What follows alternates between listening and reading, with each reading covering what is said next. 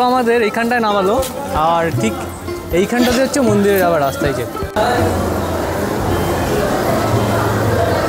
এই দেখুন এখানটাতে পুষ্পাঞ্জলি হচ্ছে। এখন এটা পুষ্পাঞ্জলি দেওয়া হচ্ছে, দিয়ে এদিক দিয়ে হচ্ছে এই গেটটাতে ঢুকে পুজো দেওয়ার গেট। সিঁড়ি দিয়ে নামতে হবে কুণ্ডটাতে। এখানটাতে মায়ের যে বিভিন্ন রূপ, সেই রূপগুলো এখানে আবার ফুটিয়ে তোলা হয়েছে। হাঁড়িঘাটটা দেখেছেন পুরো সিঁদুর যে লাল হয়ে আছে, এটাই নাট মন্দির, খুব সুন্দর করে সাজানো। এখানেতে মা হচ্ছে ভীমরূপা আর ভৈরব হচ্ছে সর্বানন্দ। আর ভোগ খাওয়ানোর জন্য এখন অনেক দেরি আছে, 12:30 বাজে, কিন্তু ভিড়টা দেখেছেন, ভিড়টা অনেক বেশি হয়ে গেছে। মাকে এখানে শোল মাছের ভোগ দেওয়া হয়, মানে মায়ের প্রতিদিন ভোগের সাথে শোল মাছটা থাকবে।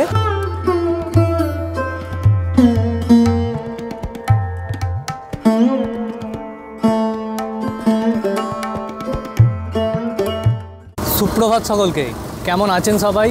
আশা করি সকলে ভালো আছেন, সুস্থ আছেন। ট্রাভেল উইথ শোভন চ্যানেলের আরেকটা ভিডিওতে আপনাদের সকলকে স্বাগত জানাই। আজকে বেরিয়ে পড়েছি একটা সতীপীঠ দর্শন করতে, যেটা রয়েছে পূর্ব মেদিনীপুরে তাম্রলিপ্ত যে জায়গা, বর্তমানে যেটার নাম হচ্ছে তমলুক। সেই তমলুকে মা বর্গভীমা সতীপীঠ দর্শন করতে। আর আমার সাথে আপনাদেরকেও আমি এই 6 ইঞ্চি ডিসপ্লের মধ্যে দিয়ে মায়ের মন্দির দর্শন করিয়ে দেখাবো। হাওড়া থেকে তমলুক যাওয়ার জন্য হলদিয়া লোকাল রয়েছে, 3টে চলে সারাদিনে। সকালবেলা একটা, 9:30টার সময় একটা, আবার সন্ধ্যে 6টার সময় একটা। আমি আজকে 9:30টার সময় যে ট্রেনটা রয়েছে, যেটা গ্যালোপিং লোকাল, ওটা ধরে তমলুক পর্যন্ত যাব। আর এখন বাজে 8:30 বাজে, 1 ঘন্টা হাতে টাইম আছে। তো ইউটিএস থেকে টিকিটটা কেটে নিয়েছি। আপ ডাউনে ভাড়া পড়লো আমার 50 টাকা, 25 টাকা করে এক পিঠের ভাড়া। চলুন তাহলে একেবারে ট্রেন আসুক, মানে ট্রেন প্ল্যাটফর্মে দিক, ট্রেনে উঠি, তারপরে একেবারে তমলুকে গিয়ে আপনাদের সাথে আবার জয়েন হচ্ছি। যদি চ্যানেলেতে নতুন হয়ে থাকেন তাহলে অবশ্যই চ্যানেলটাকে সাবস্ক্রাইব করে পাশে থাকা বেল আইকনটা অন করে দিন, কেননা আপনাদের সাপোর্টটা অত্যন্ত প্রয়োজন। আপনারা যদি একটু সাপোর্ট দেন তাহলে আমি ভারতবর্ষের বিভিন্ন যেসব মন্দির রয়েছে বা ন্যাচারাল বিউটি রয়েছে, সেগুলো সবই আমি আপনাদের সামনে আস্তে আস্তে তুলে ধরবো, এবং খুব অল্প খরচে কী করে ঘোরা যায় তার ইনফরমেশানগুলো আমি আপনাদেরকে দেবো। ট্রেন নাম্বার 38053 হলদিয়া লোকাল 20 নম্বর প্ল্যাটফর্মে দিয়েছে।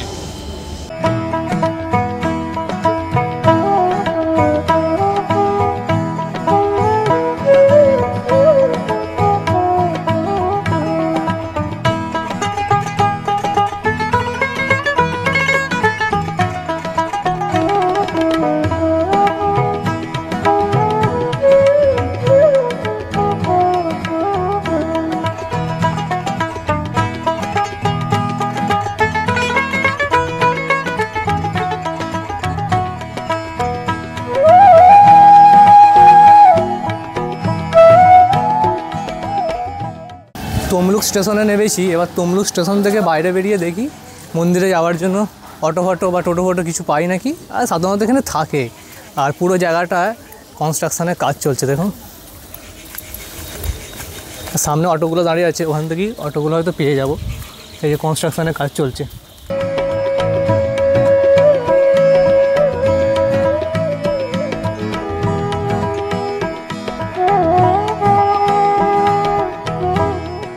জায়গাটা হচ্ছে হসপিটাল মোড়।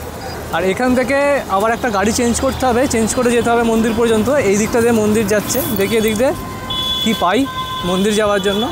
তমলুক স্টেশন থেকে 10 টাকা করে টোটো ভাড়া করে হসপিটাল মোড় পর্যন্ত এসেছি। হসপিটাল মোড় থেকে আবার একটা টোটো ভাড়া করে যাচ্ছি মন্দির পর্যন্ত। ঠিক এখানেও 10 টাকাই ভাড়া। আর যদি একবারে সরাসরি গাড়ি পেয়ে যায় সেক্ষেত্রেও 20 টাকা করে ভাড়া পড়বে। আর কাটা সার্ভিস করে গেলেও 20 টাকা করে পড়বে। যেহেতু প্যাসেঞ্জার ছিল না, তাই হসপিটাল মোড়ে নেমে গিয়েছিলাম। তো আবার একটা গাড়ি চেঞ্জ করে যাচ্ছি মন্দিরের দিকে। টোটো আমাদের এইখানটায় নামালো আর ঠিক এইখানটাতে হচ্ছে মন্দিরে যাওয়ার রাস্তায় যে, এখান থেকে ভেতরটা গিয়ে মন্দির। এখানটাতে আপনারা যদি 4 চাকা গাড়ি করে আসেন সেক্ষেত্রে এখানে গাড়ি পার্কিং করতে পারবেন। এই জায়গাটা রয়েছে ঠিক মন্দিরটা হচ্ছে, মন্দিরটা ওই রাস্তার উল্টো দিকটাতেই, ঠিক উল্টো দিকে গলিটাতে ঢুকেই এই পার্কিং এরিয়াটা পেয়ে যাবেন। এখানে 4 চাকা গাড়ি নিলে পার্কিং করতে পারবেন, আর 2 চাকা হলে ভেতরে পার্কিং করার ব্যবস্থা রয়েছে। আর এখানে 50 টাকা করে লাগে গাড়ি পার্কিংয়ের জন্য। এখানটাতে জুতো রাখার জন্য জায়গাও রয়েছে। আপনারা যদি পুজো দিতে না চান সেক্ষেত্রে এখানে জুতো রাখতে পারেন। আর এদিকে দোকানদানিগুলো রয়েছে, দোকানদানি থেকে ডালি কিনলে ডালিও কিনতে পারেন। ডালি কিনলে দোকানে দিয়ে জুতো রেখে দিতে পারেন, না পুজো দেবো না। এখানে দোকানগুলো থেকে ডালি কিনে দিতে পারেন, আর এখানেতে জুতো রাখতে পারেন। জুতো এখানে কিছু পয়সার বিনিময়ে জুতোটা রেখে দেবেন। আর যদি আপনারা মোটর সাইকেল নিয়ে বা সাইকেলে করে আসেন তো সেক্ষেত্রে এখানে পার্কিংয়েরও ব্যবস্থা রয়েছে। হচ্ছে মোটর সাইকেল 8 টাকা করে আর সাইকেল হচ্ছে 2 টাকা করে, আর এই হচ্ছে সিঁড়িতে ওপরে উঠতে হবে। আজকে রবিবার বোধহয় ভিড়টা একটু বেশি আছে। শ্রী শ্রী বর্গভীমা মাতার মন্দির।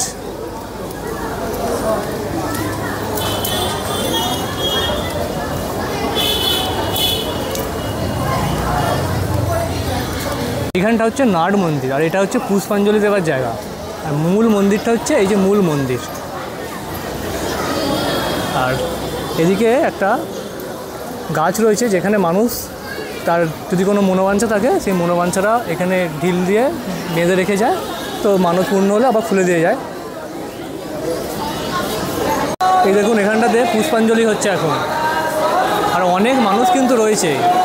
আর এখানটাতে দক্ষিণা যদি কেউ দিতে চান তাহলে এখানে দক্ষিণা দিতে পারেন, এবং আজকের জন্য কুপন যে ভোগের যে কুপন সেই ভোগের কুপনও এখান থেকে কাটতে পারেন। এখানেই ভোগের কুপনটা দেওয়া হয়। আর এই যে জায়গাটা পুরো ফাঁকা দেখতে পাচ্ছেন, এখানটাতে হচ্ছে ভোগ খাওয়ানো হবে কিছুক্ষণ পরে। এদিকটাতে নিচে নামলে বাথরুমেরও ব্যবস্থা রয়েছে, বাথরুমও পেয়ে যাবেন। এদিকটাতে এইটাও ব্যবস্থাটা রয়েছে এখানেতে। আর এই মূল মন্দির, মায়ের গর্ভগৃহ ভেতরে। আর এটা নাট মন্দির। যে কোনো মন্দিরে নাট মন্দিরগুলো দেখতে খুব বেশি ভালো লাগে। আর সামনেই রয়েছে হাঁড়িকাঠ। এই হচ্ছে হাঁড়িকাঠটা। হাঁড়িকাঠটা দেখেছেন পুরো সিঁদুর যে লাল হয়ে আছে। এইখানটাতে এই দেওয়ালেতে নারায়ণের যে দশম অবতার, সেই দশম অবতার প্রতিটাকে ফুটিয়ে তোলা হয়েছে এখানে। পর ওদিক থেকে দেখুন মৎস্য অবতার, কুর্ম অবতার, বরাহ অবতার, নৃসিংহ অবতার, বামন অবতার, পরশুরাম অবতার, রাম অবতার, বলরাম অবতার, বুদ্ধ অবতার এবং কল্কি অবতার। শ্রীকৃষ্ণকে কিন্তু অবতার করা হয় না, কেন শ্রীকৃষ্ণ হচ্ছে স্বয়ংই নারায়ণ। আর এই গাছটা যেটা আমি আপনাদেরকে দেখালাম, মানুষ এখানে মনোবাঞ্ছনা পূর্ণ হওয়ার জন্য এখানে এই মানত করে যায়। এই হচ্ছে সেই গাছটা। আর এইখানটাতে ধূপ মোমবাতি যারা জ্বালাবেন পুজো দিয়ে সেইখানটাতে জ্বালাতে পারবেন। মা বর্গভীমা তমলুক শহরের অধিষ্ঠাত্রী দেবী। ধরা হয় যে 51টা সতীপীঠের মধ্যে এই মা বর্গভীমা শক্তিপীঠটি হলো প্রথম পীঠ। পৌরাণিক কাহিনী অনুসারে মহাভারতের যুগে নরপতি মাহিষ্মরাজ তাম্রধ্বজ এক ধীবর পত্নীর কাছে একটা অলৌকিক কাহিনী শোনেন। সেই ধীবর পত্নী রোজ কয়েক যোজন দূর থেকে একটি মরা মাছ এনে বনের ভিতরে এক মন্দিরের পুকুরেতে সেই মাছকে ডুবিয়ে জ্যান্ত করে নিত। তারপর নিয়ে যেত সেই মাছটিকে রাজবাড়িতে। রাজা তাম্রধ্বজ তখন সেই কাহিনী শুনলেন, তার মনে উৎসাহ জাগে সেই মন্দির দর্শনের জন্য। তিনি তৎক্ষণাৎই সেই মন্দির দর্শনের জন্য বনের মধ্যে চলে গেলেন এবং মাকে দর্শন করে তিনি সেই মন্দিরে প্রস্তরময়ী দেবীকে স্বমহিমায় প্রতিষ্ঠা করলেন।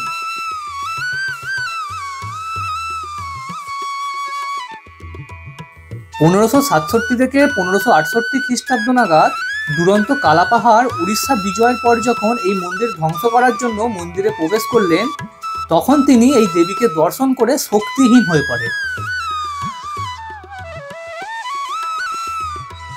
কালাপাহাড়ের পাঠান সৈনিকেরা এসে দেখেন যে কালাপাহাড় মায়ের পদতলে আশ্রয় নিয়ে ঘুমিয়ে পড়েছেন। একমাত্র এই মন্দিরটি কালাপাহাড় ধ্বংস করতে পারেননি।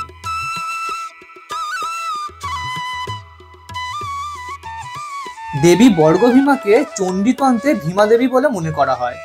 আবার দেবীর মূর্তির গঠনও উগ্র তারার মূর্তির মতনই দেখতে।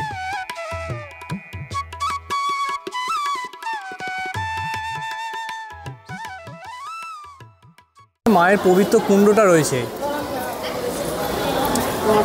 চলুন দেখি যাই কুণ্ডটাতে। সিঁড়ি দিয়ে নামতে হবে কুণ্ডটাতে।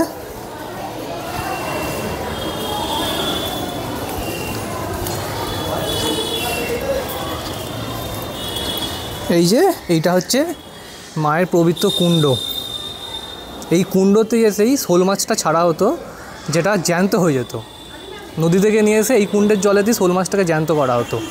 এটাই সেই অলৌকিক কুণ্ড। এখানটাতে মায়ের যে বিভিন্ন রূপ, সেই রূপগুলো এখানে আবার ফুটিয়ে তোলা হয়েছে, যেমন স্কন্দমাতা, কাত্যায়নী, কুমান্ডা, চন্দ্রঘণ্টা, এইসব রূপগুলোকে এখানে ফুটিয়ে তোলা হয়েছে। আর মন্দিরটা বেশ পরিষ্কার পরিচ্ছন্ন, যথারীতি ভালো ভিড়ও আছে আজকে, এবং এখানে একটা বিয়েও হচ্ছে আজকে। এটা পুষ্পাঞ্জলি দেওয়া হচ্ছে, দিয়ে এদিক দিয়ে হচ্ছে এই গেটটাতে ঢুকে পুজো দেওয়ার গেট। আজকে কিন্তু পুজো দেওয়ার লাইন সেরকমভাবে নেই, কিন্তু পুষ্পাঞ্জলি দিচ্ছে অনেক মানুষই। আর এইটা দিয়ে গিয়ে মন্দির দর্শন করতে হবে, মাকে দর্শন করতে হবে এবং এদিক দিয়েই গিয়ে আপনাকে পুজোটা দিতে হবে। আর এদিকটা দেখুন, এদিকে একটা বিবাহ হচ্ছে আজকে। এই যে এদিকটাতে একটা বিবাহ হচ্ছে।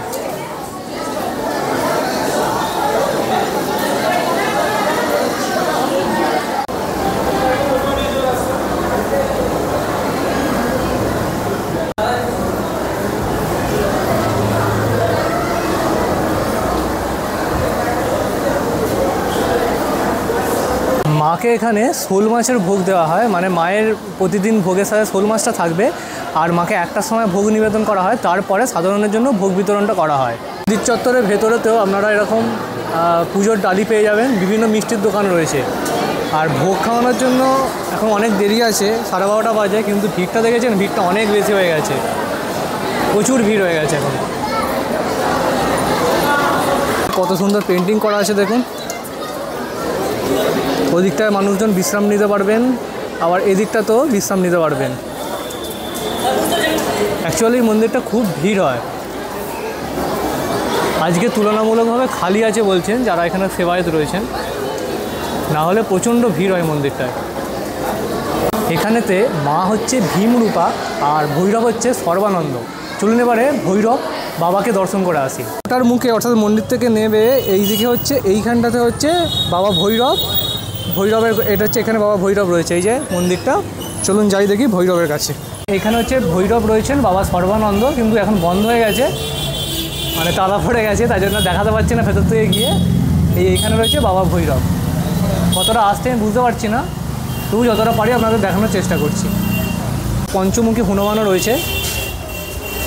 আর এই যে মন্দিরটা, ভৈরবের মন্দিরটা, এই যে এইখানেই বাবা ভৈরব রয়েছেন, ওই যে ওই ওখানটাতে রয়েছে ভৈরব। রাস্তার উপরেই যে মন্দিরটা একদম ঢোকার মুখে, এটাই হচ্ছে বাবা ভৈরবের মন্দির, যেটা বন্ধ হয়ে গেছে, দেখাতে পারলাম না। একদম ঢোকার মুখে এই যে এই মন্দিরটা। তাহলে আপনাদের এই মা বর্গভীমা শক্তিপীঠ ভিডিওটা কেমন লাগলো অবশ্যই নিচে কমেন্ট করে জানাবেন। চ্যানেলে নতুন হয়ে থাকলে চ্যানেলটাকে অবশ্যই সাবস্ক্রাইব করে পাশে থাকা বেল আইকনটা অন করে দেবেন পরবর্তী সব ভিডিওর নোটিফিকেশনগুলো সবার আগে পাওয়ার জন্য। আমি মন্দির থেকে একটু বাইরে বেরিয়ে এসেছি, কারণ মন্দিরে অনেক ভিড়। বাইরে এসে আমি ভিডিওটা শেষ করছি। তাহলে আবার একটা দেখা হবে নতুন ভিডিওতে। ততদিন ভালো থাকবেন, সুস্থ থাকবেন, টাটা।